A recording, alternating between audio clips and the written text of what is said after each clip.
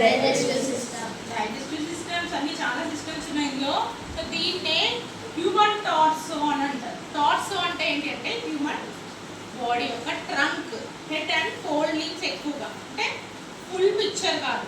Okay, so torso ఇందులో మనకి చాలా, ఈ మోడల్లో చాలా రకాల లైఫ్ ప్రాసెస్ సిస్టమ్స్ అనేవి ఉన్నాయి. ఓకేనా?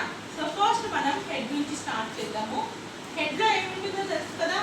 Head is a what you call is a tough body box skeleton. Inside of the head there is a ఏముంటది? బ్రెయిన్. కనిపిస్తుందా బ్రెయిన్ అందరికి? కనిపిస్తుంది. బ్రెయిన్ ని మనం చూస్తే okay, it is a soft and muscular structure brain. And brain ని మనం చూస్తే ఇక్కడ చాలా ఫోల్డింగ్స్ ఉంటాయి అండ్ చాలా మెత్తటి పార్ట్. అండ్ ఇక్కడ మనం చూస్తే this is the cerebrum. ఏంటిది? cerebrum. and this is a round part is cerebellum. ఏంటిది? cerebellum. ఓకే, సో దీని గురించి మనం డీటెయిల్ గా మళ్ళీ లెసన్ చెప్పుకున్నట్టు చూద్దాము. and the brain is covered by a hard bony structure called as a skull. ఏంటిది? skull. లోపల పుర్రె ఉంటుంది. Okay, and if you see this head part, head region చూస్తే you know this is what? eye. Okay, I sockets చూడండి, లోపలికి చాలా లోపల గుంటలాగా ఉంటుంది. I మనకి కనిపించే ఐ బాల్ ఓన్లీ కొంచెం పోర్షన్ 1/4 కనిపిస్తుంది. మిగతా 3/4 సాకెట్స్ లో 9th క్లాస్ చదువుకున్నాం కదా, సాకెట్స్ లో ఇమిడి ఉంటాయి. ఓకే, అండ్ నెక్స్ట్ ఐస్ తర్వాత మనకి వచ్చే స్ట్రక్చర్ ఏంటి? nose. ఓకే, ఈ నోస్ నే లోపల చాలా ఓకే నేసల్ క్యావిటీ అంటారు, లోపల చాలా డీప్ గా ఉంటుంది. అండ్ వీటినే nostrils which are going inside into nasal cavity. And nasal cavity కింద చూస్తే మనకి oral cavity, mouth part oral cavity. ఓరల్ క్యావిటీలో ఇదేంటమ్మా? టంగ్. ఓకే, అండ్ ఇక్కడ టంగ్ కింద మనకి సలైవరీ గ్లాండ్స్ ఉంటాయి అండ్ చెవు దగ్గర సలైవరీ గ్లాండ్స్ ఉంటాయి. ఓకే, అండ్ ఇక్కడ జా పోర్షన్ లో కూడా సలైవరీ గ్లాండ్స్ ఉంటాయి.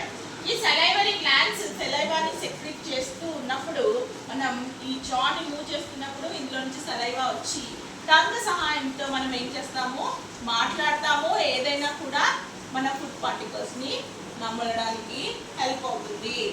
అండ్ ఆ స్మూత్ కర్రీ అనేది మనకి నెక్స్ట్ ఏంటి? ఈసోఫేగస్ అనే ఒక స్ట్రక్చర్ ద్వారా స్టమక్ లోకి ఎంటర్ అవుతుంది. ఇది స్టమక్. అర్థమైతుందా అందరికి?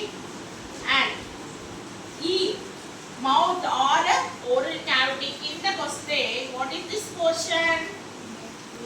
Neck portion. నెక్ లో మనకి అటు ఇటు మనకు ఒక గ్లాండ్స్ కనిపిస్తున్నాయి. ఇవేంటి? Thyroid glands. ఏ గ్లాండ్స్ అమ్మా ఇవి? Thyroid glands. అండ్ ఇక్కడ మనకి సి షేప్డ్ కార్టిలేజినస్ రింగ్స్ ఉంటాయి. ఇదేమో లారిక్స్ అని అంటారు. ఇక్కడ సి షేప్డ్ కార్టిలేజినస్ రింగ్స్ లోపల ఎక్కడ కనిపిస్తుంది? దీన్ని ట్రాకియా అని అంటారు. ఏమంటారు? ట్రాకియా. సో ట్రాకియా మనకి డివైడ్ అయ్యి ఇక్కడ బ్రోంకస్, ఓకే, రెండు కూడా బ్రోంకియోల్, బ్రోంకస్ లాగా ఫామ్ అయ్యి రెండు లంగ్స్ లోకి వెళ్తుంది. అండ్ ఇది లెఫ్ట్ సైడ్ లంగ్, ఇది right side lung. Okay, and right lung చూస్తే మనకి ఇక్కడ 1, 2, 3 పోర్షన్స్ కనిపిస్తున్నాయి. అండ్ ఇక్కడ లెఫ్ట్ లంగ్ వచ్చేసి 2 పోర్షన్స్. మనం ఇక్కడ సైజ్ చూస్తే రైట్ లంగ్ కంటే లెఫ్ట్ లంగ్ కొద్దిగా చిన్నగా ఉంది. ఎందుకు అంటే it is giving the space to heart. It is giving space to heart. And heart is protected by the lungs. And ఇక్కడ మనకి ఇలా డాటెడ్ స్ట్రక్చర్స్ కనిపిస్తున్నాయి కదా, ఈ డాటెడ్ స్ట్రక్చర్స్ ని రిబ్స్ అని అంటాం. రిబ్ కేజ్, ఎముకల గూడిది. ఓకేనా? రిబ్ కేజ్ లంగ్స్ ఏం చేస్తున్నాయి అంటే మనకి ఉన్న హార్ట్ ని లోపల ప్రొటెక్ట్ చేస్తూ ఉంటాయి. వినిపిస్తుందా మా అందరికి? And we can remove this lungs also. So right side lung తీసుకుందాం మనం, left side lung. Okay, and this is the structure of heart, human heart. So heart is having what? Which shape? Pear shape. Okay, and ఒకళ్ళ heart వాళ్ళ పిడికిలంతా పెద్దగా ఉంటుంది. And మనకి తెలుసు ఈ హార్ట్ లో ఎన్ని ఛాంబర్స్ ఉంటాయి? హ్యూమన్ హార్ట్ లో 4 ఛాంబర్స్. సో పైన రెండు కూడా ఏమంటాము? ఆరికల్స్ అంటాము. కింద రెండు వెంట్రికల్స్. వినిపిస్తున్నామా అందరికి? అండ్ ఇక్కడ నుంచి మనకి మెయిన్ బ్లడ్ వెజల్స్ అనేవి మూవ్ అవుతాయి. మెయిన్ బ్లడ్ వెజల్స్ చూసారు కదా, పల్మనరీ ఆర్టరీ, పల్మనరీ వెయిన్స్, తర్వాత ఆర్టా, ఇవన్నీ కూడా ఇక్కడ బ్లడ్ వెజల్స్ అటాచ్ అయ్యి. అండ్ డౌన్ మనకి ఈ ఊపిరితిత్తుల్ని సపోర్ట్ చేస్తూ ఒక స్ట్రక్చర్ ఉంది. ఏంటిది? డయాఫ్రమ్. ఏంటమ్మా? డయాఫ్రమ్. ఈ రిబ్స్ డయాఫ్రమ్ ఏం చేస్తుంది అంటే లంగ్స్ మూవ్ అవ్వడానికి హెల్ప్ చేస్తుంది. Inhalation, exhalation mechanism of respiration కి ఈ డయాఫ్రమ్ అండ్ రిబ్స్ హెల్ప్ చేస్తాయి. రిబ్స్ ఏమో ఫీమేల్ లో ఎక్కువగా యాక్టివ్ గా ఉండి హెల్ప్ చేస్తే, డయాఫ్రమ్ ఏమో మేల్స్ లో చాలా యాక్టివ్ గా ఉండి మెకానిజం ఆఫ్ రెస్పిరేషన్ కి హెల్ప్ చేస్తుంది. Okay, and next we will go to the down part. Okay, what is this largest brownish part? Liver. Which side is the liver? Right side.